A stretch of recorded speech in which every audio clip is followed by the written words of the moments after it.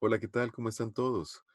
Eh, Me alegro que me puedan estar acompañando. Quiero leer con ustedes uno de los libros más fascinantes que se encuentra en la Biblia, el libro de Primera de Mateo, el primer capítulo del libro de Mateo. ¡Ugh! No, no lo es.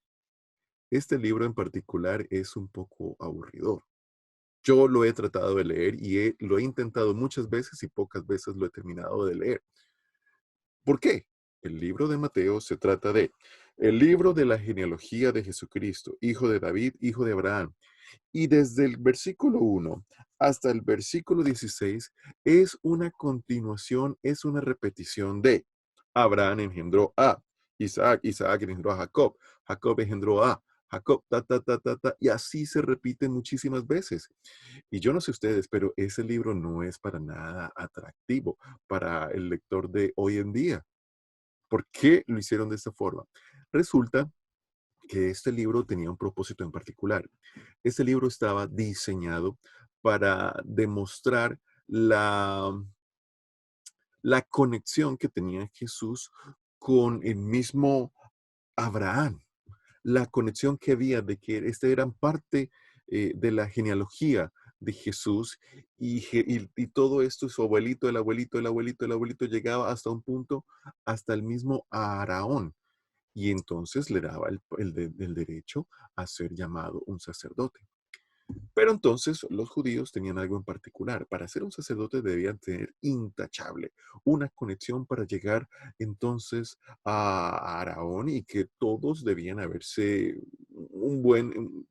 tener un buen nombre, saber que había sido hijo de una persona que había hecho bien, que había colaborado, y este hijo, el abuelo, tatarabuelo y todo eso. Pero el capítulo 1 del libro de Mateo empieza con la genealogía de Jesús. Y hay elementos que se salen de lo común. Hay elementos que no estarían considerados por cualquier escritor, que son añadidos dentro de este capítulo para romper todos los moldes y para poner los pelos de cabeza para las personas. Mira, quiero leerlo con ustedes. Voy a leer versículo 3. Dice de esta forma: Judá engendró de Tamar. Tamar es una dama. A Farés y a Sara.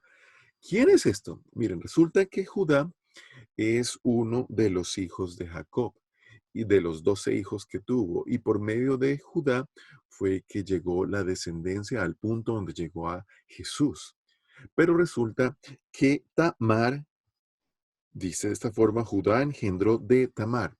Tamar, ¿quién era Tamar con respecto a Judá? Resulta y pasa que Tamar era la esposa de un hijo mayor de Judá. Y resulta y pasa que este hijo mayor de Judá murió. Entonces, de acuerdo a las leyes, a Tamar le correspondía casarse con el segundo hijo. Y evidentemente se casó entonces con el segundo hijo. Y algo pasó una vez más. El segundo hijo murió. De acuerdo a las leyes de la época, le correspondía a Tamar casarse con el tercer hijo. Pero entonces Judá dijo: un momentito, algo está pasando. Yo no quiero que mi tercer hijo se esté muriendo. Algo está errado con esta mujer.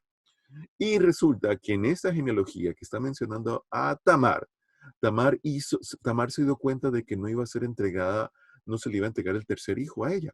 Y Tamar entonces dice el libro de Josué precisamente, que se disfrazó para sí de prostituta. ¿De qué? Se disfrazó de prostituta. ¿Estamos hablando de la genealogía de Jesús? Sí, estamos hablando de la genealogía de Jesús. Se disfrazó de prostituta. Y Judá, en una de sus muchas andanzas en diferentes pueblos, llegó a un pueblo en particular y en una plaza llegó a ver una prostituta que se encontraba allí, no sabiendo que era Judá, y el hombre, you name it, 3 puntos suspensivos. Y de ahí fue donde nacieron entonces, de esta relación nacieron Farés y Sara. Y la genealogía continúa. Farés y Sara, Farés y Sara, Farés a Esrón, Esrón a Aram. Y así continúa. Otro versículo, versículo 5. Salmón engendró de Raab. ¿Quién era Raab? de por qué colocan esa mujer. De paso, en las genealogías no acostumbraban a colocar las mujeres en la genealogía. Y ya de por sí meter una mujer dentro de la genealogía, Mateo estaba haciendo algo fuera de lo común. Al meter entonces a Tamar, donde había entonces un historial sucio, donde había algo que no era de sentirse muy orgulloso, ahora coloca a Rahab. Resulta y pasa que Rahab a los ojos de muchas personas no merecía estar en este listado. ¿Por qué? Porque por dos razones. Rahab pertenecía o nació de una nación pagana, una nación idólatra. Y segundo, lo más importante, Rahab tenía una profesión, una de las profesiones más antiguas que existe en el mundo. Rahab era, no se vestía, era una prostituta. Y resulta que ahora en la genealogía de Jesús dice que Salmón engendró a Rahab y de ahí nacieron Boaz y engendró a Ruth. ¿Quién era Ruth? Entonces Boaz engendró de Ruth. Versículo 5, sigo leyendo. Ruth era una moabita. Era un pueblo que había estado en constante rebelión contra el pueblo de Dios.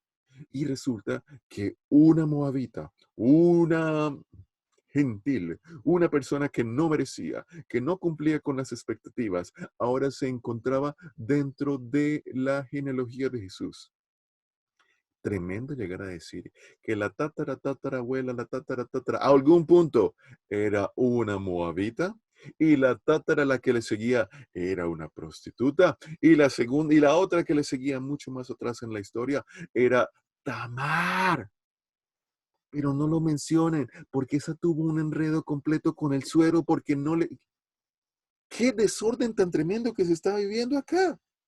Y miren, otro versículo, versículo 6. El rey David engendró de la mujer de Urías a Salomón. ¿Sí se han dado cuenta de lo que se encuentra aquí? El rey David, cuyo corazón estaba semejante a los deseos del Señor. David, de aquel donde cantan tantos salmos, tantos proverbios. El rey David. David se acostó con la mujer de uno de sus soldados.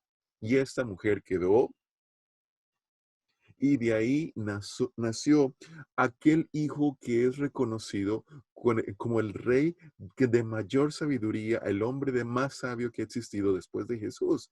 Y resulta que la madre de este rey, Salomón, era, esta relación fue una relación no consentida por el pueblo, no era correcta, y también donde David cometió asesinato para tratar de tapar su falta. ¿Pueden creer eso ustedes, mis amigos? Todo esto estaba pasando. Esto se encuentra en la genealogía de Jesús. Versículo 10. Ezequías engendró a Manasés, Manasés a Amón, Amón a Josías. Versículo 11. Josías engendró a Jeconías y a sus hermanos en el tiempo de la deportación de Babilonia. ¿Qué es lo que está pasando acá? Resulta que en el tiempo de la deportación de Babilonia se dice que Babilonia invadió al pueblo de Israel precisamente porque el pueblo de Israel en todo, en pleno, con excepciones, se había vuelto un pueblo idólatra que estaba siguiendo a dioses ajenos, se había olvidado de Dios y Dios los llama al pueblo como que el pueblo se había prostituido. Quiere decir que en lo poco o en lo mucho que llevamos nosotros de la genealogía de Jesús, el tema de la prostitución se repite en muchas ocasiones y estamos hablando de la familia de Jesús, la prostitución. Todo esto se está repitiendo en muchas ocasiones. Judá, Tamar, Raab y la mujer de Urías, adulterio por completo. ¿No se supone que debería ser una historia más bonita de la de Jesús? Miren, aquí hay diferentes lecciones que nosotros podemos obtener. La primera lección que vamos a analizar aquí, pues, de las dos que vamos a tener, es que el árbol genealógico de Jesús o la familia de Jesús, los antepasados, por así decirlo, es un desorden completo. Hay historias de prostitución, hay historias de adulterio, hay historias de engaño, hay historias de traición, el pueblo por completo en, en un momento por completo se alejó de Dios y más, sin embargo, ellos siguen siendo la familia de Dios. Es más, miren, no sé si les pasa a ustedes, a veces cuando nosotros queremos hablar de nuestras familias, si fuéramos nosotros, nosotros trataríamos de no mencionar los episodios oscuros que han pasado en nuestras familias y no es necesario mencionar las ovejitas negras que han pasado en la familia, oh, que el tío borracho, que el adultero, que el drogadicto, que todo esto, pero en la familia de Jesús se mencionan en la propia genealogía de Jesús hay cosas extrañas, hay secretitos guardados, hay errores, hay vicios. En todo esto hay defectos. Pero sabe una cosa, Dios nos ama aún con nuestros defectos y nos considera que nosotros somos sus hijos. Pero si nosotros tenemos todas esas características, a Dios no le importa. Dios nos ama así como somos nosotros.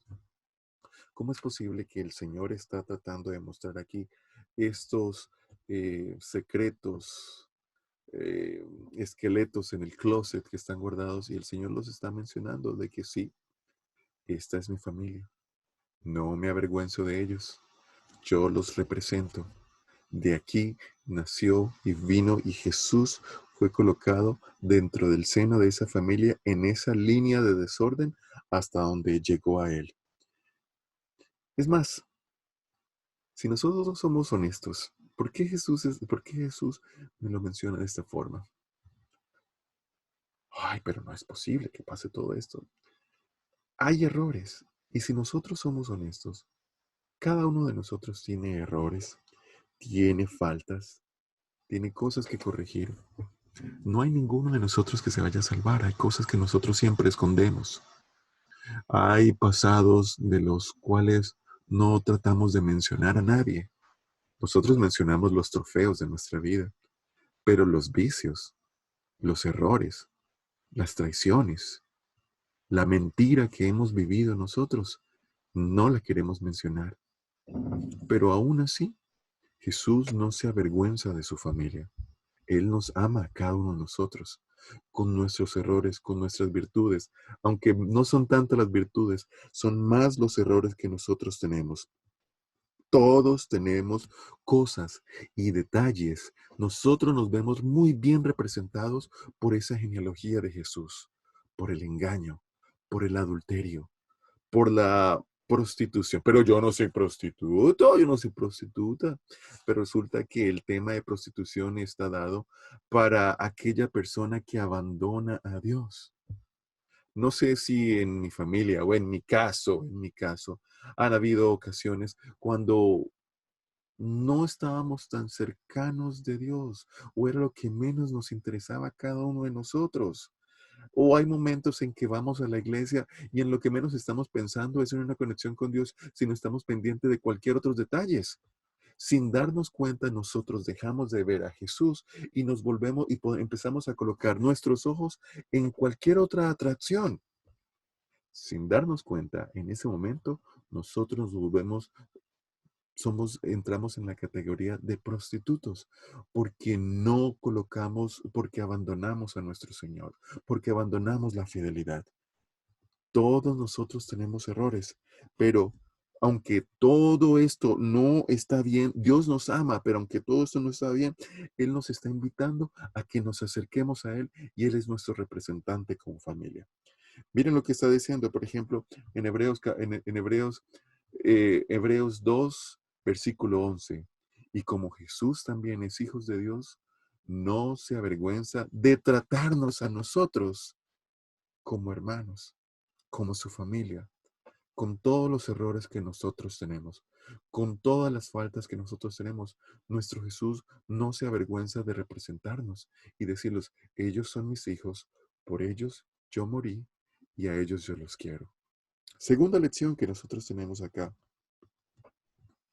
el motive o el tema de la prostitución se repite en muchas ocasiones durante este capítulo, como los estaba mencionando.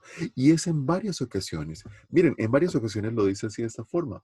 Por ejemplo, en Isaías capítulo 1, versículo 4, dice de esta forma, hablando de la generación, hablando de los hijos de Dios, todos ellos son pecadores y están llenos de maldad. ¿Quién de nosotros? Primero, yo primero. Se alejaron de mí, que soy el Dios de Israel. Está hablando de nosotros también. Me abandonaron por completo. Y sí, en ocasiones nos pasa a nosotros que nos alojamos por completo del Señor. De repente este tema lo está viendo usted que me está escuchando en este momento. Me estoy dirigiendo a usted. Creció en una familia donde conoció los principios, donde sabía lo bueno, tenía una relación con el Señor, pero cada uno de nosotros toma sus propias decisiones y las decisiones que hemos tomado, muchos nos han acercado, mm, o más por el contrario, la mayoría de nosotros hemos tomado decisiones para alejarnos del Señor. Y el Señor, aún en la distancia, se acuerda de nosotros y nos ve. Y Él está diciendo, me abandonaron por completo. Pero miren lo que dice. Los habitantes de Jerusalén eran fieles, honestos y justos, pero ahora son unos asesinos. En otras versiones nos está diciendo, se prostituyeron. ¿Saben? La familia de Jesús no es una familia de perfección. Si tú estás pensando de que para acercarte, para ser digno delante de los ojos del Señor, debes tener un recorrido y una tacha implacable de tremendos eventos, de cosas buenas que tú has hecho en tu vida, te voy a decir, esa no era la familia de Jesús de acuerdo a la Biblia. Hay errores, hay faltas, pero todas estas personas, con sus faltas, con sus errores, se acercaron al Señor y pidieron que el Dios les pudiera transformar. De esto se trata. Si te has ido lejos, si estás lejos de Dios, el Señor no se avergüenza de nosotros, más por el contrario, Él clama de que somos su familia y somos sus hermanos y nos representa. Yo no sé ustedes, pero yo represento también la mayoría de las personas que somos nosotros, con errores, con faltas, con distanciamiento. Y el libro de Mateo, el primer capítulo, está hablando de mi vida, de todos los errores que pudimos haber y todos los errores que cometemos. Pero más sin embargo, el Señor no ve eso y Él nos representa de esta forma. Él dice que nosotros somos sus hijos, que Él nos rescata, que Él nos abraza, que Él nos busca y Él quiere reconciliarse una vez más con nosotros. Dios quiere decirte que Él te ama, que tú eres especial ante los ojos de Él, que Él te está buscando, que tú eres parte de la familia de Él. No sé si tu familia a lo mejor eh, tiene,